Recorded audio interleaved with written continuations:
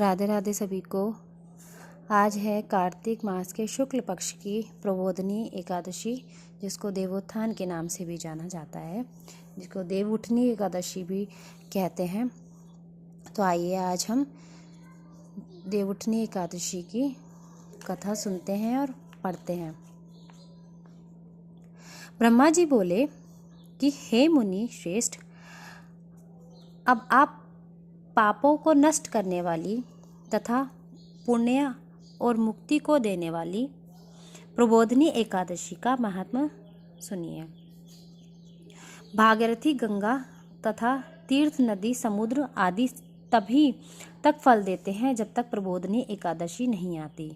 कार्तिक मास की शुक्ल पक्ष की प्रबोधनी एकादशी के व्रत का फल 1 सहस्त्र अश्वमेघ तथा 100 राजसूय यज्ञ के फल के बराबर होता है। नारद जी ने पूछा कि हे पिताजी, संध्या को भोजन करने से, रात्रि में भोजन करने से तथा पूरे दिन उपवास करने से क्या क्या फल मिलता है, उसे आप समझाइए।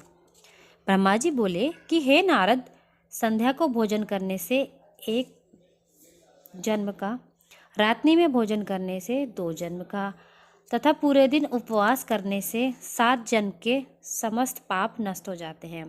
प्रबोधनी एकादशी के व्रत के प्रभाव से सुमेरु पर्वत के समान कठिन पाप क्षण मात्र में नष्ट हो जाते हैं। अनेकों पूर्व जन्म के किए हुए बुरे कर्मों को यह प्रबोधनी एकादशी का व्रत क्षण भर में नष्ट कर देता है। जो मनुष्य अपने स्वभावानुसार इस प्रबोधनी एकादशी का विधि पूर्वक व्रत करते हैं और उन्हें पूर्ण फल प्राप्त होता है। हे मुनीश्वर, जो मनुष्य श्रद्धा पूर्वक थोड़ा भी पुण्य करते हैं, उनका वह पुण्य पर्वत के समान अटल हो जाता है। जो मनुष्य हृदय के अंदर ही ऐसा ध्यान करते हैं कि प्रबोधनी एकादशी का व्रत करूँगा, उनके 100 जन्म के समस्त पाप नष्ट हो जाते हैं। जो मनुष्य प्रबोधनी एकादशी के दिन रात्रि को जागरण करते हैं, उनकी बीती हुई तथा आने वाली 10,000 पीढ़ियां विष्णु लोक में जाकर वास करती हैं और नरक में अनेक दुखों को भोगते हुए पितृ विष्णु लोक में जाकर सुख भोगते हैं। ब्रह्महत्या आदि के महान पाप भी प्रबोधनी एकादशी का व्रत करने से धूल हो जाते हैं। एकादशी के दिन रात्रि को जागरण करने का फल अश्वमेध यज्ञ आदि यज्ञों के फल से अधिक होता है। समस्त तीर्थों में जाने तथा गो, स्वर्ण, भूमि आदि का दान का फल कार्तिक मास की शुक्ल पक्ष की प्रबोधनी एकादशी के रात्रि के जागरण के फल के बराबर होता है। इस संसार में जितने भी तीर्थ हैं तथा जितने भी तीर्थों की आशा की जा सकती है, वे सब प्रबोधनी एकादशी का व्रत करने वाले के घर में रहते हैं।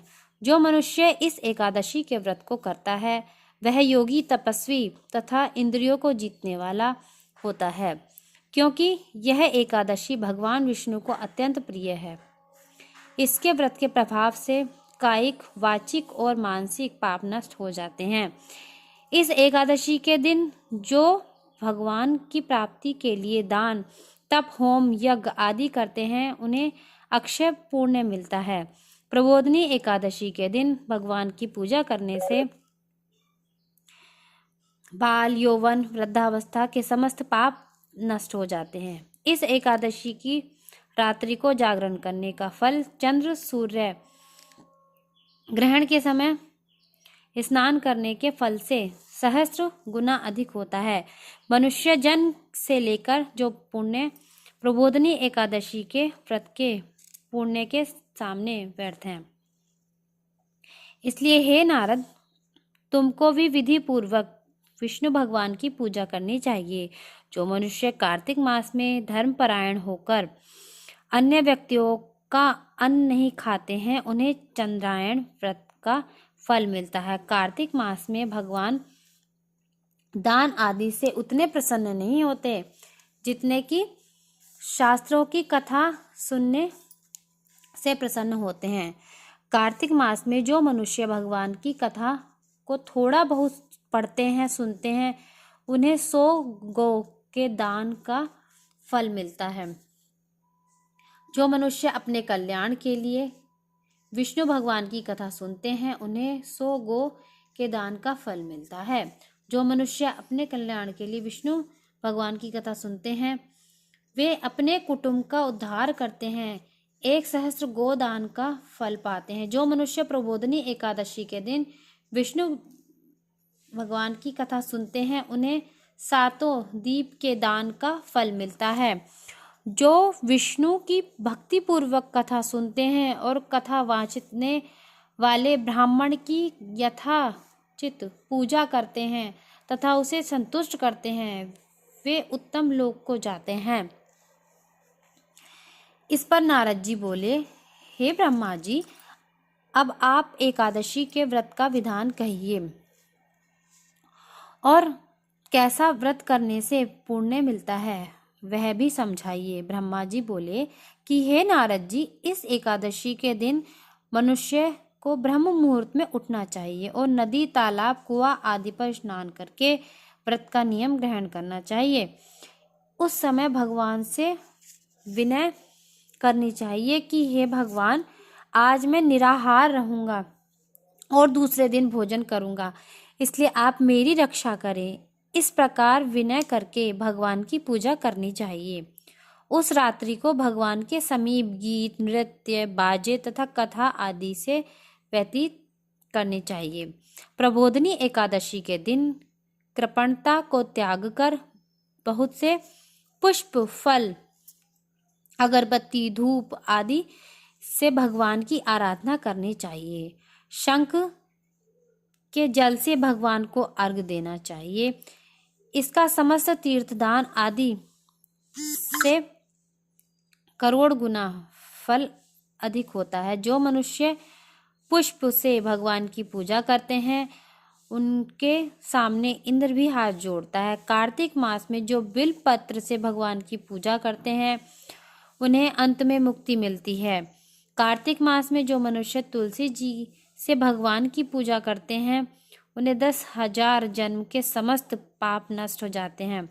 जो मनुष्य इस मास में श्री तुलसी जी के दर्शन करते हैं या छूते हैं या ध्यान करते हैं, रोपण अथवा सेवा करते हैं, वे 1000 कोटि युग तक भगवान के घर में रहते हैं।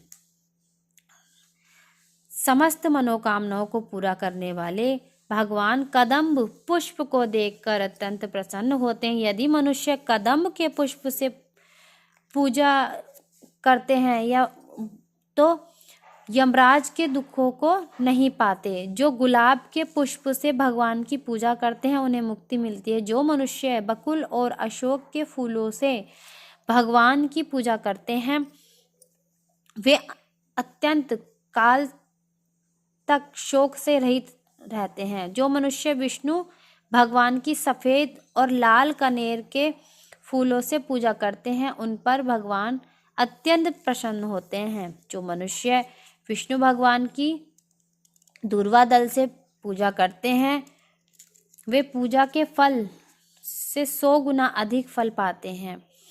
जो भगवान की समी पत्र से पूजा करते हैं वे भयानक यमराज के मार्ग को सफलता से पार कर जाते हैं। जो मनुष्य चंपक पुष्प से भगवान विष्णु की पूजा करते हैं वे आवागमन के चक्र से छूट जाते हैं। जो मनुष्य स्वर्ण का बना हुआ केतकी पुष्प भगवान को चढ़ाते हैं उनके करोड़ जन्म के पाप नष्ट हो जाते हैं।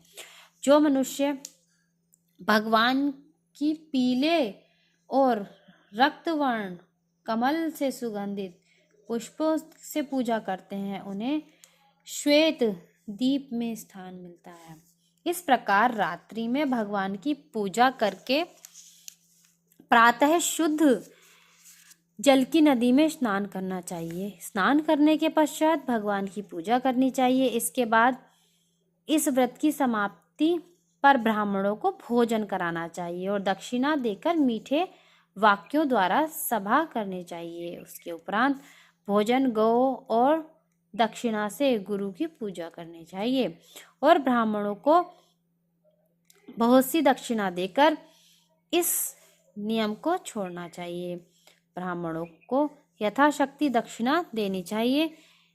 जिस ब्राह्मण को रात्रि में भोजन करावे उसे स्वर्ण सहित बैल दान करना चाहिए। जो मनुष्य यात्रा स्नान करते हैं उन्हें दही और शहद दान करना चाहिए। जो मनुष्य फल की आशा करते हैं उन्हें फल का दान करना चाहिए।